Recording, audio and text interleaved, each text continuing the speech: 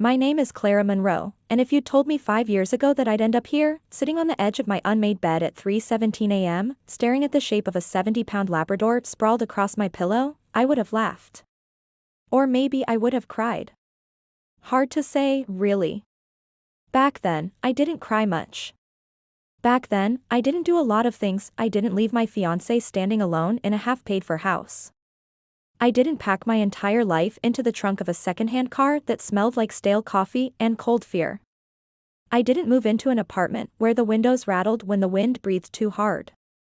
I didn't fall asleep with a dog pressed so close to my ribs that it felt like he could hear my secrets before I even spoke them, but here I am.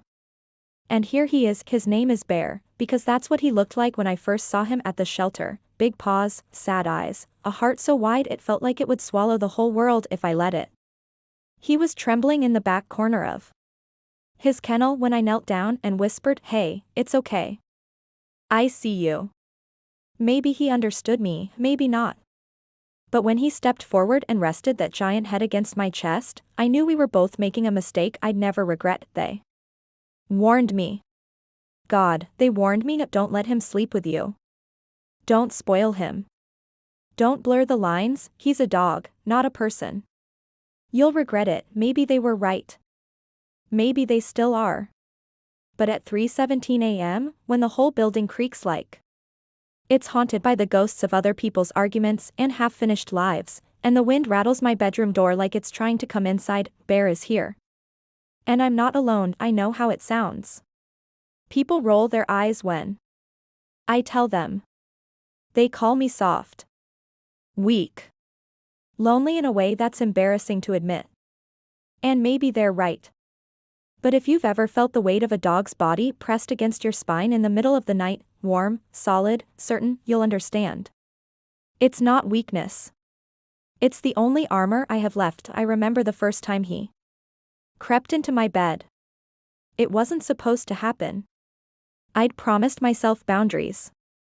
I read all the blogs. Consistency is key. Your bed is your sanctuary. Dogs need routine. But storms don't care about routines, do they? It was a night like this, worse, maybe. The sky cracked itself open above my roof. Rain pounded my windows like fists. I lay awake counting seconds between lightning and thunder, remembering the way I used to sleep next to someone who didn't flinch when the sky fell apart. Who didn't care if I trembled, as long as I didn't speak the trembling out loud. Bear whimpered behind my bedroom door. Just a thin piece of wood between his fear and mine. I told myself, don't open it.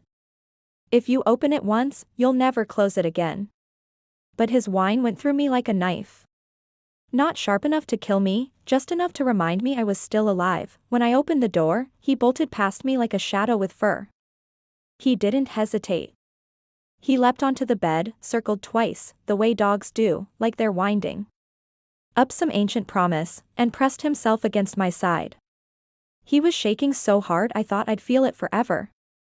Maybe I still do. That was the first night. The first rule I broke. The first line I crossed for him. They warned me. Once you start, you can't stop. They made it sound like an addiction. Like I'd lose myself piece by piece until the person I used to be vanished into paw prints and dog hair and nights spent pretending I wasn't building a wall between myself and everyone else. Maybe they were right about that part too. But I'll tell you this, when the thunder rolled so loud the windows shivered in their frames, Bear pressed his head under my chin and sighed. Not barked. Not whined. Sighed, like he'd found the one place in this spinning, violent world where the storm couldn't touch him. Who was I to take that away from him? Who am I now to pretend I don't need it just as much? It's funny, the things people think they know.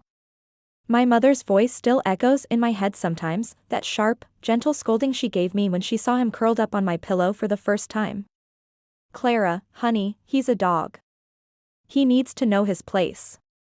And maybe he does. But the truth is, so do I. And sometimes, his place is exactly where I need to be. If you'd seen me then, barefoot in the half-light of my tiny kitchen, eating cereal from the box at midnight, telling myself I'd made the right choices, you'd understand why I let him stay. He wasn't just warmth. He was proof. Proof that I could still open the door for something that needed me.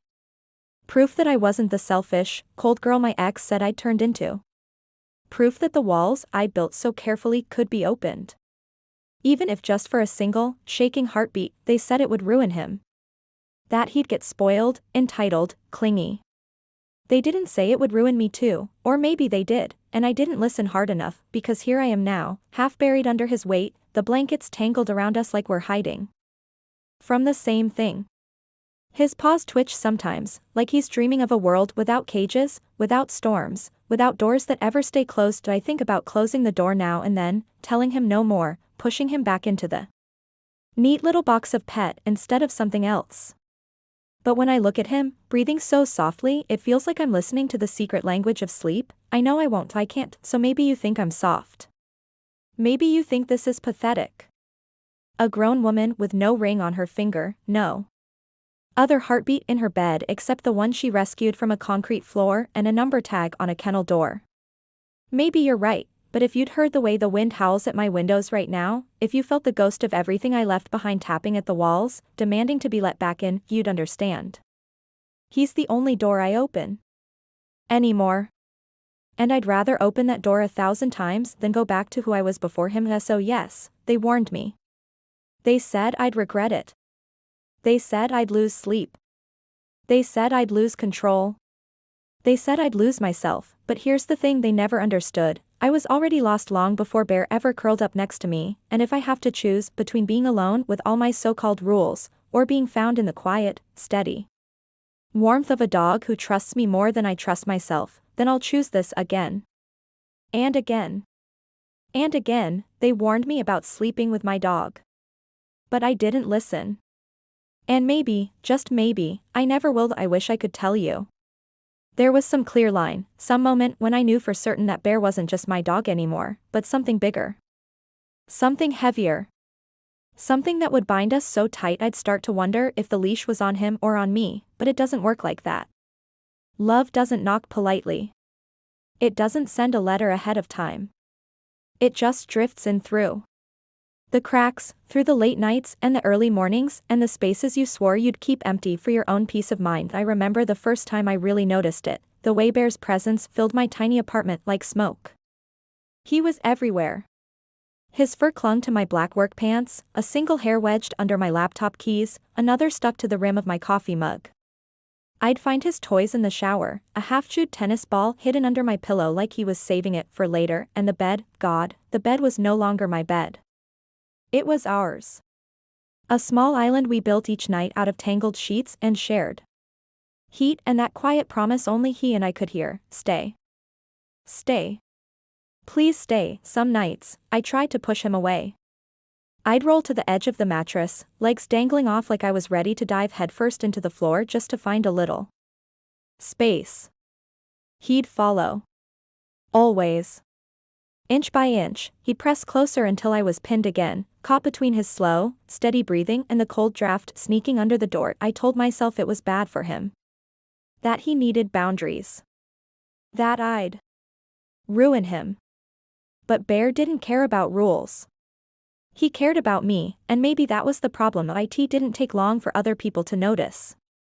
It started with Adam, my brother, my accidental confessor, the only person I still let see the mess behind my locked front door.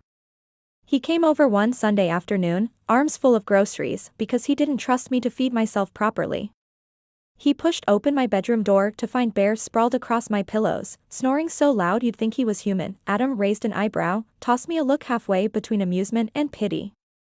He's really in there, huh? I shrugged like it meant nothing. Like I didn't fall asleep every night with my fingers tangled in that soft patch of fur behind Bear's ear. Like I didn't wake up every morning wishing I could freeze time for just 5 more minutes in that quiet space where it was just me and him and no one else's voice telling me what I was doing wrong. You're gonna regret it, Clara, Adam said. He always called me Clara when he was trying to be serious. Never Claire or sis, just the full weight of my name, like he needed me to remember who I was before all this. You'll never get him out of there. Or anyone else in, for that matter. I opened my mouth to argue. To tell him he was wrong. That I was fine. That bear was just a dog, a temporary solution to a loneliness I'd outgrow like a pair of jeans I'd worn too thin, but the words didn't come. Because they would have been lies.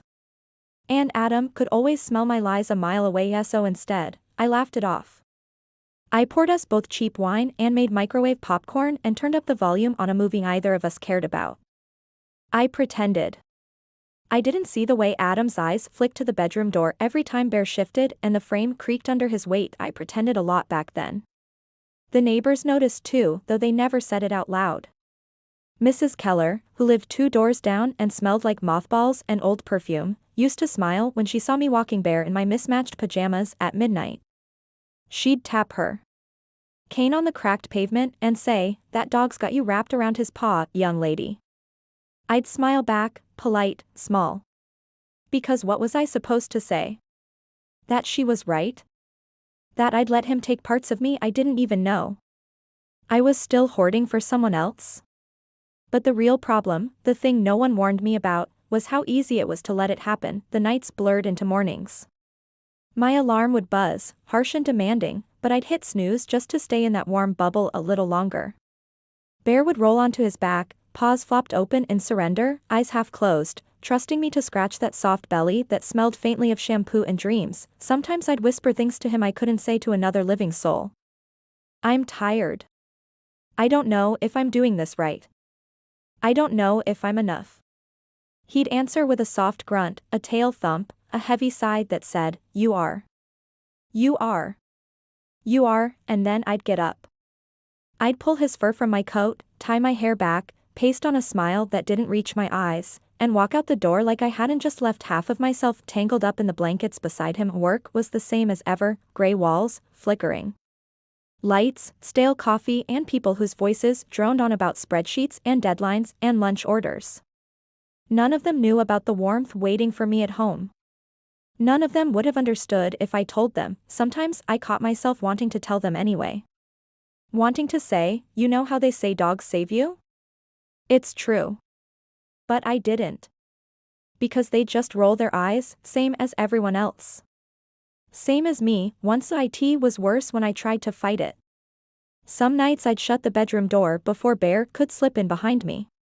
I'd listen to him whine, soft at first, then sharper, digging under my ribs like a guilt I didn't have the courage to name. I'd lie there in the dark, blankets pulled up to my chin, and tell myself I was stronger than this. That I needed the distance. That maybe they were right, that maybe he'd forget if I just held my ground, but I never lasted. Maybe an hour. Maybe 2. Then I'd crack. I'd slip out of bed, pad across the cold floor in bare feet, and find him curled against the doorframe. Nose pressed to the gap under the door like he could inhale my scent through the wood, and every time, when I opened that door, he'd barrel in like forgiveness on 4 legs, no grudges, no questions, just warmth.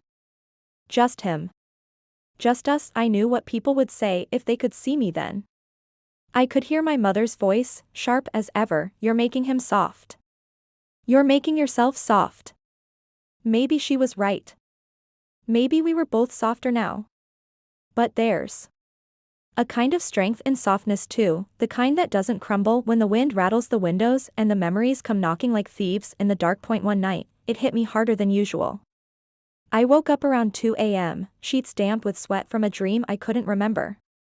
Bear was sprawled across my legs, pinning me down like a living weight I didn't know I needed until I couldn't move without him noticing. I lay there, staring at the ceiling, listening to his breathing, slow, deep, certain. And I wondered what it would feel like to wake up one morning and find him gone. To roll over and see only empty sheets, cold where he should be warm. The thought made my chest ache in a way no ex-lover ever had. It was stupid, I knew that. Dogs don't live forever. People don't either. But at that moment, in the half-light of my rented bedroom, I realized the warnings weren't about him at all, they were about me. About the way I'd let him slip through the cracks in my armor. About the way he'd filled spaces I hadn't even realized were hollow. About how easy it would be to lose myself in a heartbeat that wasn't mine to keep forever. So I lay there, wide awake, one hand resting on his fur. I felt him breathe under my palm. I counted the seconds between each rise and fall of his chest, and I knew, with a clarity that hurt more than it healed, I was in this. All the way in. There was no going back to locked doors and empty sheets. No going back to pretending my heart hadn't made room for a creature who asked for nothing but everything all at once. They warned me about sleeping with my dog. They said I'd lose control. They were right, but in that dark, quiet moment, I realized something they never told me. Maybe sometimes, losing control is exactly what saves you. There's a moment every morning when I almost forget. Before the alarm, before the real world crowds back in with its sharp elbows and tight schedules, there's just me and Bear and the hush that wraps around us like a secret. I open my eyes, and for a heartbeat, I could be anyone, a woman who never ran, never broke things that couldn't be put back together, never needed a dog more than she needed another human voice. Then I feel him. The weight of him pressed against my side, the steady rhythm of his breathing filling up the silence I used to dread. Sometimes he's curled tight, nose tucked under my arm like he's hiding from the morning light. Sometimes he's sprawled half across my pillow, head so close I can feel his whiskers tickle my cheek when he dreams, and I remember all of it. How I opened that first door. How I never closed it again. They told me there'd be consequences. They made it sound so simple. Let him in your bed, and you'll never get him out. Like it was just about hair on the sheets or muddy paw prints on the comforter. But the truth is, the lines don't blur all at once. They fade slowly, like ink soaking into paper until you can't tell where the edge was supposed to be. I didn't notice it at first. How could I? It felt harmless. Sweet, even. After all, what's the danger in a warm body beside you when the nights get too long? What's the harm in giving up a few inches of mattress for the promise that you won't wake up alone? But little things changed. Quiet things. The sort you don't notice until they're part of your bones. I stopped staying out late. I'd make excuses when coworkers asked me to grab a drink after work. Sorry, I need to get home to Bear. They'd laugh. Roll their eyes. He'll be fine, they'd say. He's a dog, Clara. But they didn't see what I saw when I unlocked my door and found him waiting, tail thumping, eyes bright, like the simple fact of me coming back was enough to make the whole world right again. The first time I canceled a date because of him, I didn't even try to hide it. The guy's name was Evan, nice enough, good smile, the kind of easy charm you tell yourself you should want. He texted me at 6, running late, but I'll grab us a table of sushi. Okay. I looked at Bear, sprawled across my couch with his head hanging half off the cushion, snoring like a freight train. He'd had a rough day. A new neighbor had moved in down the hall with a dog that barked through the walls all afternoon. Bear hated it. Pacing, whining, scratching at the door like he needed me to fix it. I'd spent my lunch break rushing home just to calm him down. I sat cross-legged on the floor, his big head in my lap, whispering nonsense until his shivers melted into the carpet fibers. So when Evan's text buzzed on my phone, I looked at Bear. I looked at the door. And I texted back, hey, I'm so sorry, something came up. Rain check. Evan ghosted me after that. And maybe he was right too. Who cancels a date for a dog? Who lets fur and paws weigh more than a real human chance? Me. I do, and it didn't stop there. I started to plan my life around him, tiny pivots that added up like raindrops wearing away stone. The couch became his. The bed became ours. My mornings became our mornings, long walks through the neighborhood before dawn, just me and Bear and the whisper of my shoes on wet pavement. Sometimes, when the world was still asleep, I'd talk to him like he understood every word. Maybe he did. Maybe that was the real danger, that he listened when no one else would. I remember one morning clear as glass. The air smelled like rain, but the sky hadn't cracked yet. We walked the long way, down past the shuttered shops and the houses with porch lights still glowing like sleepy eyes. I told him things I'd never told another soul. That I still missed my ex, sometimes, not the man he was at the end, but the boy he'd been when he held my hand at 17 and swore he'd always protect me. That I hated my job more than I'd admit out loud, the way it made me feel small, replaceable, invisible behind a desk that didn't belong to me. Bear trotted beside me, tongue lolling, ears flicking back every so often like he was saying, "Go on. I'm listening." I laughed. You'd stay with me even if I quit tomorrow, huh?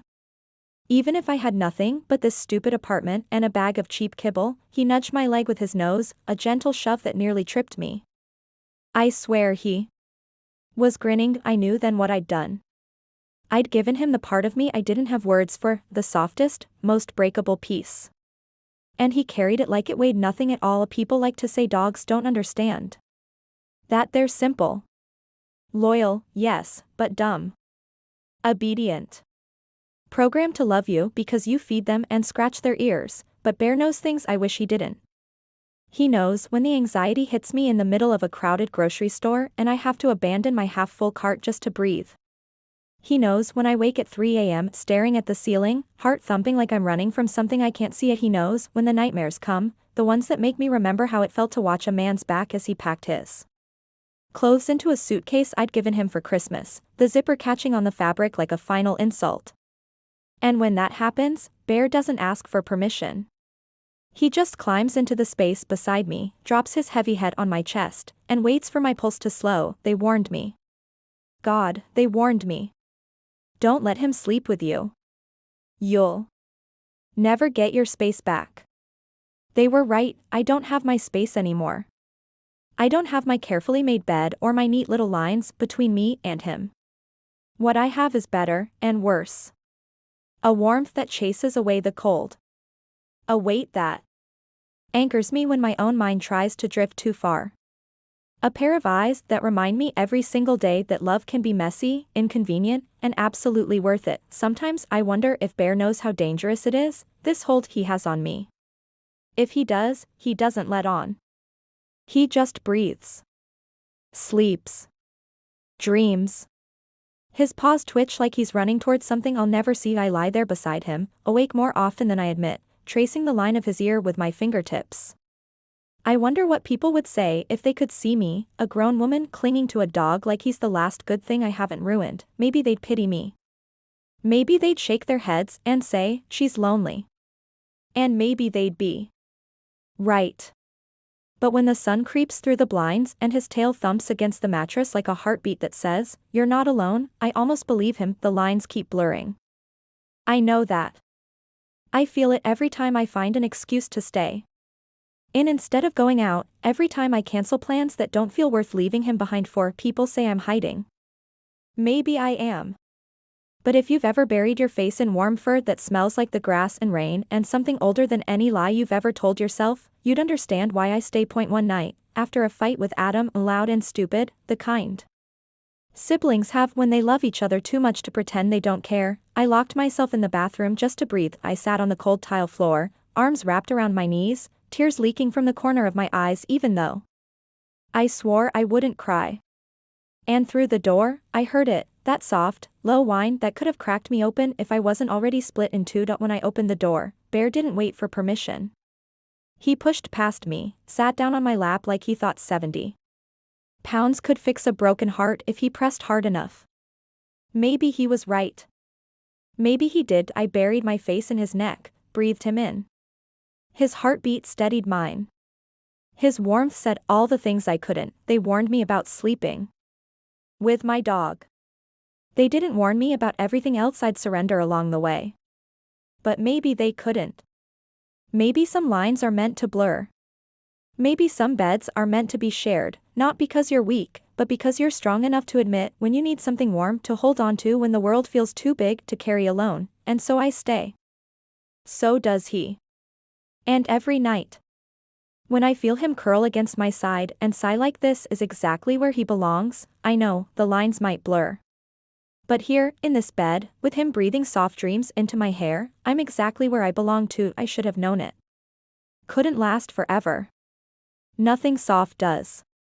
Nothing warm either, not when the world outside your window has teeth. I'd grown comfortable. Maybe too comfortable. Wrapped in our quiet little world of shared blankets and slow mornings, of secrets whispered into fur. And silence that felt safer than any promise I'd ever made another person. But comfort is a dangerous thing. It makes you forget that even the safest place can crack when you least expect it. It started with a noise, simple, stupid, so small I almost missed it. I was brushing my teeth in the tiny bathroom that smelled like lavender soap and the candle I kept burning to mask the faint dampness in the old walls. Bear was sprawled on my bed, belly up, legs twitching in some dream I'd never get to see. Then, a knock. 3 short taps, sharp enough to slice through the hum of my electric toothbrush. I froze, toothbrush dangling from my mouth, foam dripping onto the sink. Another knock, louder this time. Impatient. Demanding, I glanced at Bear through the cracked bathroom door. He was awake now, head up, ears forward, body tense. A low growl rolled up from his chest, not loud but deep enough to make my own bones vibrate. I spit, rinsed, wiped my mouth with the sleeve of my old college sweatshirt. Then I crept toward the door, bare feet silent on the worn floorboards. But there's something strange about hearing a knock at your door when you're not expecting anyone. Your mind flips through possibilities so fast it makes your stomach twist. Adam? No, he'd text first. Mrs. Keller? Too late for her to be wandering the hall. The landlord? Not at 10 p.m. on a Thursday. The third knock rattled the frame. Bear barked, one sharp, explosive sound that made me jump. He lunged for the door, nails clicking on the hard wood, body pressed so tight against it I could see the muscles ripple under his fur. Easy, I whispered, but my voice sounded thin. Like paper tearing. He didn't look at me. Didn't even flick an ear. His whole body was coiled, ready. For what, I didn't know. I pressed my eye to the peephole. At first I saw nothing, just the flickering hallway light, the dull brown door across the corridor. The cheap carpet that smelled like old cigarettes. Then, a movement. A shadow shifting just out of the frame, another knock, softer this time. Then a voice, Clara? It's Evan. My breath caught. Evan. The almost date. The man I'd cancelled on for Bear months ago. The one I hadn't spoken to since. What was he doing here? And why now? I cracked the door, the chain still latched. Bear pushed his head through the gap, teeth bared just enough to show the stranger. Evan, that he wasn't welcome. Evan stepped back, hands raised. His hair was messy, his jacket half-zipped, eyes darting to Bear and then to me like he couldn't decide which of us was the bigger threat. Hey, whoa, sorry, Clara. He said, voice low, too casual for the hour and the way my heart was hammering against my ribs. Didn't mean to freak you out. What are you doing here? I asked. My fingers tightened on the doorframe. Bear growled, a soft rumble that said say the word, I'll handle this. Evan shrugged. He tried to smile but it cracked before it reached his eyes. I was in the neighborhood. Thought I don't know, say hi. At 10 at night? I asked. My voice sounded steadier than I felt. He laughed, short, humorless. Yeah. Stupid, I know. I was just, look, can I come in? Just for a minute. To talk? Bear pushed harder against the door, chest vibrating. With a sound I'd never heard from him before, low, warning, ancient. My free hand dropped to his collar, but he didn't flinch. He didn't look at me. His eyes were locked on Evan like he could see straight through him. I don't think that's a good idea, I said. The words tasted like old regret. I remembered. The way Evan had smiled at me once across a bar table, the way I'd thought maybe. I remembered canceling on him without a second thought because Bear needed me more now he was here. And Bear was telling me without saying a word, not safe. Not. Now Evan's jaw tightened. His smile slipped. For a moment, something flickered behind his eyes, something sharp, disappointed, hungry in a way I didn't like. Then he stepped back, hands still up. Sure. Okay. Some other time, then. I slammed the door. Clicked the deadbolt. Slid down the doorframe until I was sitting on the cold floor, knees pulled to my chest. Bear sat beside me, still bristling, his tail pressed against my hip like a shield. That we stayed like that for a long time, me listening to the sound of Evan's footsteps fading down the hall, Bear staring at the door like he expected it to come alive and bite us. When I finally found my voice, I buried my face in his neck and whispered, good boy. My breath made his fur warm and damp. He licked my cheek once, just enough to remind me, I've got you. I always will. That should have been the end of it. But it wasn't. The next few days, I couldn't shake it. The knock. The look in Evan's eyes. The way Bear had positioned himself like a wall I hadn't even realized I needed. Sleep felt different after that. Lighter. Shallower. Every creak in the hallway made me sit up and hold my breath. Every shadow under the door looked like it might shift into something worse. Bear knew. Of course he did. He never left my side. If I went to the bathroom, he pressed his nose to the door until I opened it again. If I drifted off on the couch, he curled himself around my legs so tight I felt like I was wearing him like armor. One night, 3 days after Evan knocked, I woke up to Bear growling in the dark. My heart jumped so hard I thought it might break my ribs. I reached for the lamp, but Bear nudged my hand away with his nose. He was standing at the foot of the bed, head low, tail stiff. His eyes were locked on the bedroom door. A sound. A shuffle. Something soft but wrong on the other side. My mouth went dry. I slid my legs out from under the blanket, felt the cold floor bite at my bare feet. Bear pressed his shoulder against my thigh, blocking me from moving any closer to the door. His growl deepened, a warning that vibrated all the way through me. I strained to hear it, that sound again. A whisper. A footstep. And then, silence. I don't know how long we stood there, Bear and me, frozen in the dark. When I finally found the courage to flick the lamp on, there was nothing. The door was still locked. The apartment was still small and old and mine, but it didn't feel like mine anymore. Not entirely. I dropped to my knees and pulled Bear's big head into my hands. You knew, I whispered. You always know. He licked my cheek, his tail thumping once, a soft drumbeat against the floorboards. He settled back onto the bed like nothing had happened, but his eyes stayed open, fixed on the door until dawn painted the ceiling in pale blue and I could pretend we were safe again. They warned me about sleeping with my dog. They said he'd own me. That he'd make it impossible to let anyone else in. Maybe they were right. Maybe that's the real danger, not the fur on my pillow or the paw prints on my heart, but the way he makes it so easy to believe that no one else could ever understand this part of me the way he does. Some nights, I wonder if I've done the right thing. If this small world I built, this bed, this dog, these quiet secrets, is enough. If the locked door will hold. If I'm strong enough to face what waits on the other side. If it doesn't, but every time the wind rattles the windows, every time a shadow moves where it shouldn't, Bear is there. Solid. Steady. A heartbeat pressed against mine, saying without words, I see you. I've got you. I'm not going anywhere, and maybe that's enough for now. For tonight.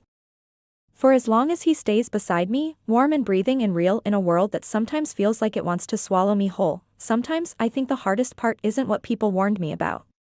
It isn't the dog hair on every piece of black clothing I own, or the paw prints tracked across the floors I can never quite keep clean.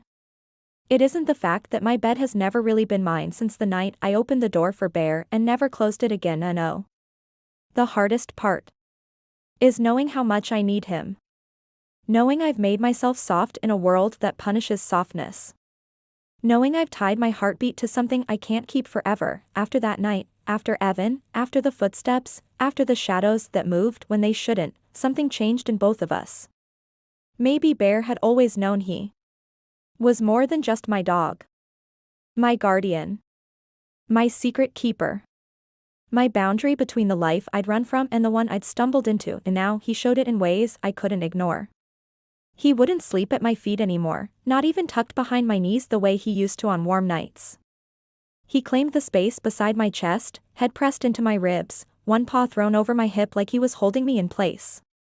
Like he was saying, nothing gets to you without going through me first. Sometimes I'd wake up in the deep hush just before dawn to find him staring at the door, ears perked, body tense under my hand. Sometimes I'd pretend not to see it. I'd bury my face in his fur and let myself drift back to sleep with the lie that the world couldn't reach me here, but the truth was harder than that. One morning, I found a note slipped under my door. No name. Just my name, Clara, scrawled. In handwriting I didn't recognize. Underneath, 2 words, call me. And a number I didn't want to dial. I crumpled it up before Bear could nose it with his curious snout. Tossed it in the trash, buried it under the leftovers of last night's takeout so I wouldn't have to look at it again, but that didn't erase it from my head. That night, I double-checked the locks 3 times before crawling under the blankets. Bear followed every step, tail low, eyes flicking from me to the door like he was memorizing every hinge, every creak. When I finally turned off the lamp, he curled his huge body around mine, so warm and close that I thought maybe the shadows would leave us alone just this once. I wish I could say that night was peaceful. I wish I could tell you that I drifted off to the sound of his soft snores and dreamed of open fields and quiet places where no one could find us, but I couldn't sleep. Neither could he. Every noise pulled him up, a car door slamming in the street, the old pipes in the walls rattling like bones in a closet. Every time, he pressed closer, his breath hot against my neck, his heartbeat thumping against my side like a warning drum. Stay awake. Stay ready. At some point, I must have drifted off. When I woke, the sun was slipping through the blinds in thin gold stripes. My first thought was that Bear wasn't there. Panic clawed through me faster than the breath I sucked into my lungs. I threw off the blanket, cold air biting my bare arms, and called his name like a prayer. Bear? No answer. Just the hum of the fridge, the groan of the floorboards under my feet, then a sound from the front door. A low, rumbling growl that settled the blood buzzing in my ears. I found him sitting by the door, nose pressed to the crack at the bottom. His hackles were up, tail stiff, his whole body a taut line of muscle and warning. I sank to the floor beside him, pressing my palm to his broad back. He didn't look at me, just kept staring at that sliver of light where the hall beyond peaked. I pressed my ear to the door. Nothing. Silence thick as old honey, but Bear wouldn't budge. Not until I whispered, okay. I get it. You're right. He turned to me then, eyes softening just enough to remind me who he really was. My protector, yes, but also my constant, my stubborn shadow, my reason to stand up even when I wanted to disappear. I stayed home that day. Called in sick, let my boss's irritation roll off me like rain on old stone. I curled up on the couch with Bear pressed tight against my hip, one hand buried in the soft fur of his neck, the other scrolling through old photos on my phone. Bear in the shelter, Bear on the first day home, Bear curled on my pillow like he'd owned it all along. I must have drifted off, because when I woke, the sky outside was purple, and Bear was gone again. I found him back at the door, same position, same low growl vibrating in his chest. I didn't ask what he'd heard. I didn't want to know. The days blurred after that. I stopped going out altogether. Groceries delivered, calls ignored, blinds closed tight even on bright mornings that begged me to come outside. It wasn't fear, not exactly, or maybe that's what I told myself. Maybe it was just that the outside world felt too sharp when my small world inside was so warm, so soft. So mine, and Bear, he was with me through all of it. Every whisper in the hall, every phantom knock that made me hold my breath. He'd press against my side and remind me that I wasn't alone. That whatever waited beyond that door, it would never get through him. Then, one night, the knock came. Again, not Evan this time. Or if it was, he didn't say so. Just 3 heavy raps, like a fist demanding more than my attention. Bear exploded off the couch before I could even stand.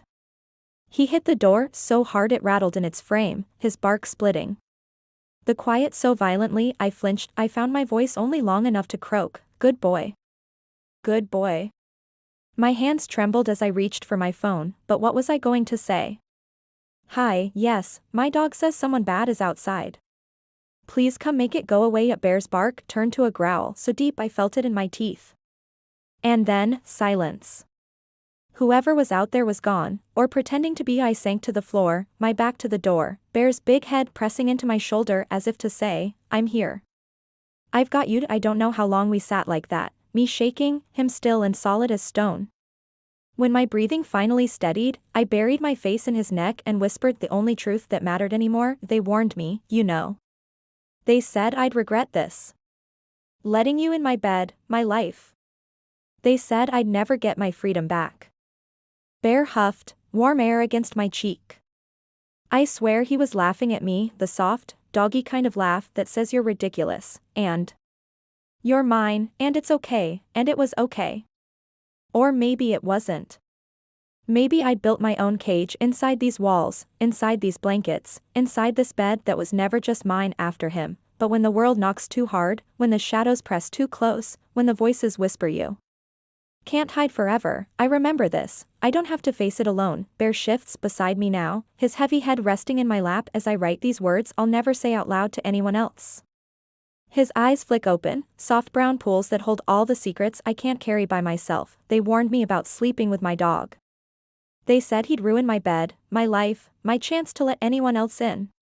Maybe they were right, but in the hush of this too big world, when the night is long and the knock comes again and again, I know who will stand between me and the dark. I know whose heartbeat will anchor mine when my courage slips through my fingers. I know whose warmth will remind me I am not as breakable as I once was. I gave him my bed. He gave me back everything else. So knock all you want. Whisper through the cracks. Rattle my locks. I am not alone. I am not soft in the way you think I am. I am steel wrapped in fur, teeth, and a heartbeat that says, try me. They warned me. But I didn't listen. And I never will.